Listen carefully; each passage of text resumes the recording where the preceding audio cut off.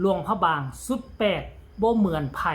ก่อนปีใหม่มีการแห่สร้างดูดวงบ้านเมืองอยากให้ทีมงานและ FC บ้านศรีวิไลได้เห็นประเพณีแบบนี้น้ำกันสวัสดีสบายดีปีใหม่ลาวและก็สงกรานต์ไทยมาพบมาพ่อกันอีกคลิปหนึ่งก็แล้วกันท่านผู้ชม FC แฟนคลับคลิปนี้ซึ่งเจเบาลาวจะนำเหตุการณ์กิจกรรมที่เขาเจ้าจัดขึ้นในปีใหม่ลาวโดยเฉพาะอยู่ทั้งหลวงพระบางเพราะว่าหลวงพระบางนี่คือต้นตำรับของนครล้านสร้างของเมืองล้านสร้างเพราะฉะนั้นฮีตของประเพณีอันดีงามที่อยู่ในประเทศลาวนี่นะทั่วประเทศลาวนี่นะต้องได้ศึกษาและเอามาจากหลวงพระบางค่อยอยากจะนำพาทุกทานไปเห็นกิจกรรมตัวหนึ่งที่จัดขึ้นทุกๆปีและจัดขึ้นมาตั้งแต่สมัยยังมีเจ้าชีวิตอยู่ยังมีกษัตริย์อยู่กับพากันเฮ็ดแบบนี้แหละคือการเอาสร้างเพือกมาแห่แห่นตามใจกลางเมืองเพื่อเสี่ยงทวยว่าใน1 ปีต่อหน้านี้ประเทศชาติบ้านเมืองจะอยู่เย็นเป็นสุขจะอุดมสมบูรณ์มีข้าวมีน้ำเหลือกินเหลือไส้เหลือใจหรือบอก็ขึ้นกับการนำสร้างมาเสี่ยงทวยบ้านเมืองหรือภาษาลาวเขาเอ่นว่าแห่สร้างเฮียงเกยสำหรับค่อยคำว่าเกยนี่ค่อยก็บ่เข้าใจความหมายแต่ตามที่ค่อยไปสังเกตเบิ่งทุกปีที่มีการแห่สร้างค่อยได้ไปสังเกตเบิ่งเอาสร้างมาเทียบใส่เป็นเสาไม้2 เสาแบบนี้แหละแล้วก็มีไม้ขั้นแบบนี้มีการแกะสลักลักษณะคือเป็นลักเมืองนะเอามาแห่ตัวนี้แหละเอามาเฮียงกับตัวนี้แหละแล้วก็มีการบูชามีพราหมณ์มาเฮ็ดพิธีกรรมต่างๆเอาอ้อยเอาเข้าให้ผู้ใหญ่บ้านเมืองมาป้อนอ้อยป้อนเข้าหลังจากนั้นก็มีการแห่ระยะทางเกือบ1 กิโลไปที่วัดเสียงทองเป็นวัดคูบ้านคูเมืองราชอาณาจักรลาวสร้างขึ้นเมื่อ400 กว่าปีที่ผ่านมาแล้วท่านผู้ชม FC แฟนคลับแล้วประชาชนอยู่ยังใหญ่ตาม2 เส้นทางจะมีเฮือนพักโรงแรมห้านอาหารเฮือนซ่านบ้านซองทุกหลังคาเฮือนจะหิ้วคุน้ำจะเอาอ้อยแลนเข้ามาตั้งอยู่หน้าเฮือนหน้าห้านของตนเองเวลาสร้างผ่านมาขั้นท่าหักว่าสร้างยุดกินอ้อยยุดดื่มน้ำหน้าเฮือนหรือว่าหน้าสำนักงานอาคารของผู้ใดเฮือนผู้นั้นจะโศกจะมานในปีต่อไปนั่นเองท่านผู้ชม FC แฟนคลับซึ่งเป็นที่เดียวในประเทศลาวบ่มีแขวงใดบ่มีจังหวัดใดที่เฮ็ดแบบนี้มีแต่หลวงพระบางเท่านั้นท่านผู้ชมรายละเอียดให้ทุกคนไปชมคลิปเรานี่ซะก่อนว่ามันจะเป็นแนวใดมวลชนมากันทั่วโลกสมัยก่อนน่ะลาวใต้คันฮู้ว่าจัดงานหลวงพระบางยามใดปีใหม่หลวงพระบางคนทางใต้จะแห่แห่นขึ้นทางเหนือจะไปเบิงแห่สร้างจะไปเบิงแห่นางสังขารหรือว่านางปีใหม่แต่ปัจจุบันนี้จำปาสักก็มีสวรรณเขตก็มาไสยบุรีก็เห็นเกือบเฮ็ดทุกเมืองมันบ่เป็นประเพณีของหลวงพระบางแล้วท่านผู้ชมเนาะแต่ว่าหลวงพระบางพิเศษงามคักอลังการกว่าหมู่ให้ทุกคนไปชมแห่สร้างแล้วจังมาพ้อกันในช่วงต่อไป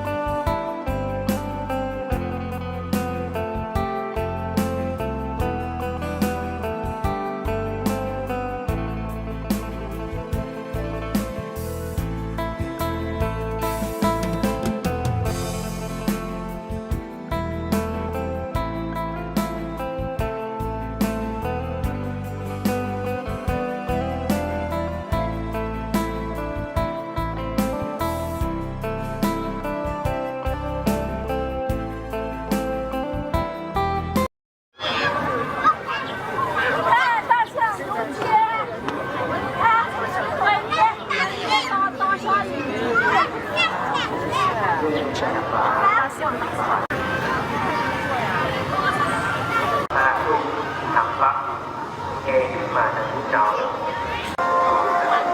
เดี๋ยวก็โดนเบียดเหมือนอยู่ต่างประเทศ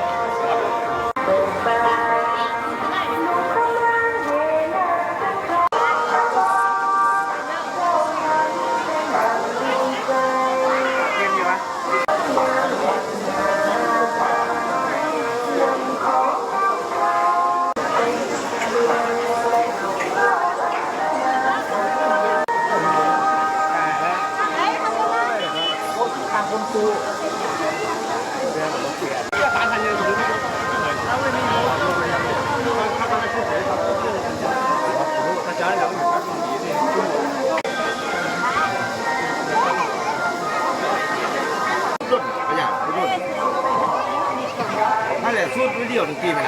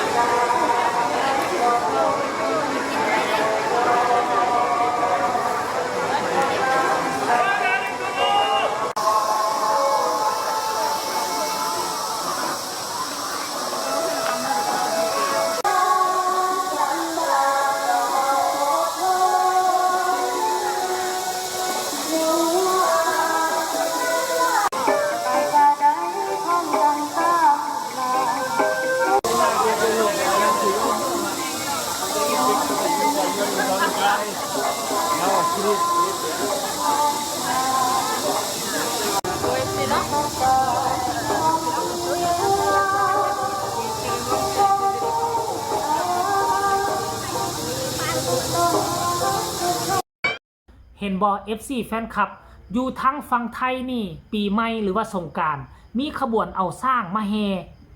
แล้วก็เอาไปเสี่ยงทวยหรือว่าดูดวงบ้านเมืองคือกันกับอยู่ทั้งหลวงพระบางหรือบอท่านผู้ชมเนาะแต่ค่อยเชื่อว่านี่ตอนช่วงปีใหม่นี่บ่มีเฮ็ดกิจกรรมเอาสร้างมาดูดวงบ้านเมืองอยู่ทั้งฝั่งไทยและอยู่ทั้งฝั่งลาวก็บ่มีอยู่จังหวัดอื่นอยู่แข่งอื่นมีแต่อยู่หลวงพระบางอย่างเดียวแต่ว่าคันฮอดยามบุญสร้างเทศกาลสร้างมาทั้งประเทศไทยนี่ห่วยข้าเจ้าเฮ็ดนี่สุดยอดแล้วอันดับหนึ่งของโลกคุณแหละถึงแม้ว่าประเทศลาวที่มีชื่อว่าเป็นประเทศล้านสร้างแต่การดูแลสร้างแต่การเฮ็ดกิจกรรมเฉลิมฉลองเขาเอิ้นว่าหยังก็บุญสร้างยามใดนี่สู้ประเทศไทยบ่ได้คือเฮ็ดดีเฮ็ดคักยิ่งใหญ่อลังการเป็นเบอร์ต้นๆของโลกท่านผู้ชม FC แฟนคลับอันนี้ก็คือเจเบาลาวยินดีนำเสนอตามเหตุการณ์บุญปีใหม่ลาวมันอาจจะแตกต่างหรืออาจจะคือกันกับพี่น้องฟังไทยก็ให้ทุกคนแสดงความคิดความเห็นมาเนาะนำกันก็ขอให้ทุกคนมีสุขภาพเข้มแข็งในวันปีใหม่โรคภัยไข้เจ็บหายไปกับน้ำกับในขอให้มีโชคมีลาภสำหรับคลิปนี้ลาทานผู้ชมไปก่อนสบายดี